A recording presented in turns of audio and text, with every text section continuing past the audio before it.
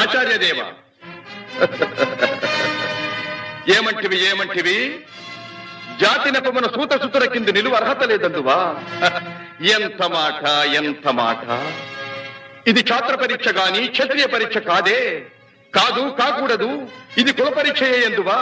నీ తండ్రి భరద్వాజుని జననమెట్టిది. అతి జుగుప్సాకరమైన నీ సంభవం ఎట్టిది. మట్టి కుండలో పుట్టితివి కదా. నీది ఏ కులము? ఇంత ఏల అస్మత్ పితామహుడు గురుకుల వృద్ధుడైన ఈ శాంతనవుడు శివసముద్రుల భార్యవు గంగాగర్భమున జనించలేదా? ఈయనదే కులము. నాతో చెప్పించివేమయ్యా? మా వంశమునకు మూల పురుషుడైన వశిష్ఠుడు దేవవేశ్యకు ఊర్వశీపుత్రుడు కాడా?